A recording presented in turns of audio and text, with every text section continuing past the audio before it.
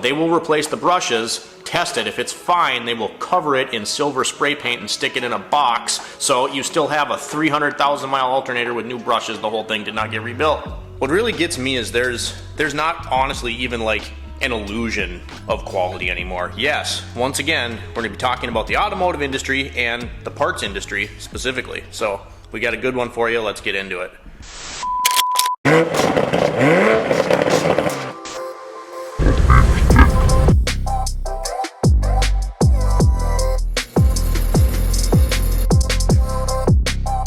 Hey guys, what's going on? We're going to set you up, get going on a little discussion video today talking about parts in the automotive industry again. If you're new to the channel, welcome. When we sit down and make these discussion type videos, we just talk about stuff. Parts, the automotive industry, the enthusiast side of things, car culture, all that kind of stuff. Tool reviews, sometimes we just talk about stuff. It seems like almost every time we talk about parts quality, and you know, it was somewhere in the time of the end of the world that happened a couple years ago, which was a really super weird time because it seems like it was yesterday, it seems like it was forever ago. The whole process also seemed like it took forever, but also seemed like it was over pretty quick. You know what I'm talking about, and it was just a very strange time. As you know, and not just in the automotive industry, a lot of things happened in that time. But one thing that we are seeing now as automotive technicians, as mechanics, as shop owners, across the board, I've talked to people, I've talked to people at dealerships, at independents. I have friends that live all over the country that, it doesn't really matter where you're at. The parts quality has just gone completely downhill.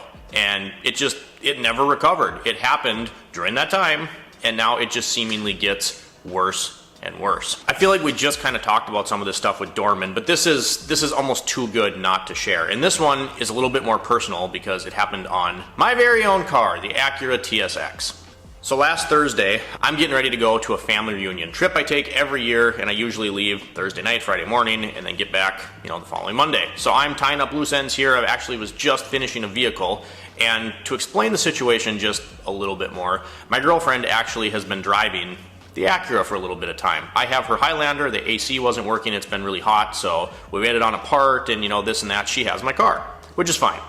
So she lives about an hour-ish away from me, and she came to town for something, and she was running errands, had a work thing to do, and in the afternoon I get a text message and it's like, hey, this just came on, and I look and it's the dash of the Acura and it says service charging system. So I'm like, okay, you made it to the parking lot, this isn't that bad. I will finish up here and I'll get over there and I'll check it out, right? So I get there after a little bit of digging, determine that the alternator is faulty, right? Not really a fault of the car. I love the Acura. It's been a great car. It has over 215,000 miles on it now, so like these things happen, whatever. So I get on the phone with O'Reilly's and I'm like, hey, I'm kind of on a time crunch. She's got to get back to work, which I can give her a ride, that's fine, but I'm going out of town. I need an alternator for this thing. And as a general rule of thumb, how I do things, and I know a lot of other mechanics would agree with me here, if you're going to get a parts store alternator, starter, they're just two pieces. You do not want the remanufactured unit. And here's why. I'll give you a little backstory. As a general consensus, you go to a big box parts store, O'Reilly's, Napa, AutoZone, whatever the case may be. If you get, let's say, a reman alternator, well, why is that alternator bad? Let's say that the brushes are worn out, right? So what happens is that alternator that gets turned in as a core is the reman, which you think you are getting a brand new, completely gone through rebuilt part, but you are not.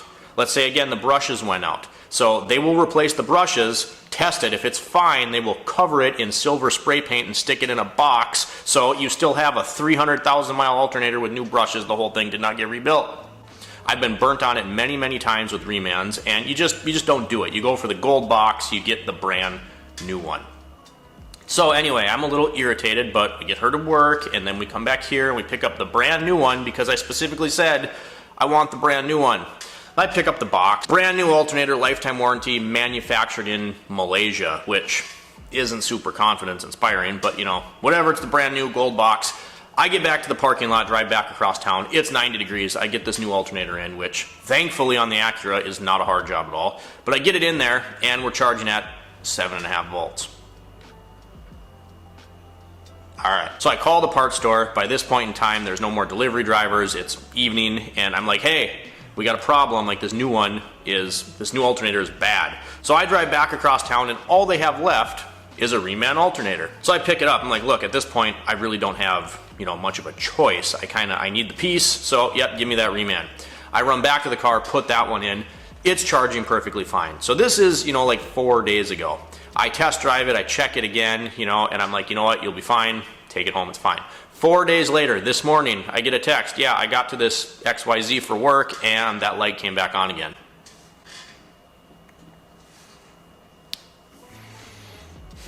This is just getting, you know, it's absolutely, completely ridiculous. And my O'Reilly's is great. I love the guys over there, my parts guys, commercial side of things, the manager, great to me. So I wasn't gonna file a labor claim, do any of that. And I just, by this point, I've had enough. I'm like, okay, here's what we're gonna do. I'm gonna go to Honda. So I went to the old dealer group that I used to work for, talked to their parts guys, ordered a Honda one that'll be here tomorrow because I'm just, at this point, I'm done with this. And I stopped at O'Reilly's and I just told them, look, it's not your fault, but like, how do I file a labor claim on this? Because this is the 3rd time now that I'm going to be replacing this part because there's no illusion of quality anymore. There isn't. It's just, it's been bad and it just keeps getting worse. And we've talked about different brands like Dorman and like Moog and Optima batteries. There's a lot of brands too that used to be really good that are no longer any good at all. And you know, the OEMs are guilty of this too. I just had a 2020 Highlander in here with like 50,000 miles on it. Shocks were completely blown out. We had to replace them. This stuff is just getting, it's getting really, really bad. And here's the problem is I file a labor claim and I'll get paid to do this. But one, I got to drive out to the boonies to go fix it. I had to spend time to go to the dealer and, you know, order this part. And O'Reilly's only pays 1/3 of what the shop rate is. And, you know, everyone's always, you know, you should be glad that you get paid at all. And it's like, no, that's what we're conditioned to believe, but that's actually crap. You know, if I charge $140 an hour, how come, you know, and that's documented, it's a legitimate business, how come O'Reilly's can say, yeah, well, our part was screwed up, but we're gonna pay you $50 an hour to fix it, and you're gonna like it. You know, it's just, it's a joke, but it's, I don't even really care about that. It's the inconvenience. I have to go fix this for a 3rd time because the parts were terrible, and she's inconvenienced. You know, now you gotta find a ride, and it's just, when did parts get this bad? That's basically the rant I have for this video. It's just like, when did it get to this point? And this is like a very personal example of this. You know, it's 90 degrees, I'm outside putting the first one in, went out of my way, did my due diligence to get a new one, and then that wasn't good enough, so then we get stuck with the reman, and it makes it under 100 miles and like, what, 4 days?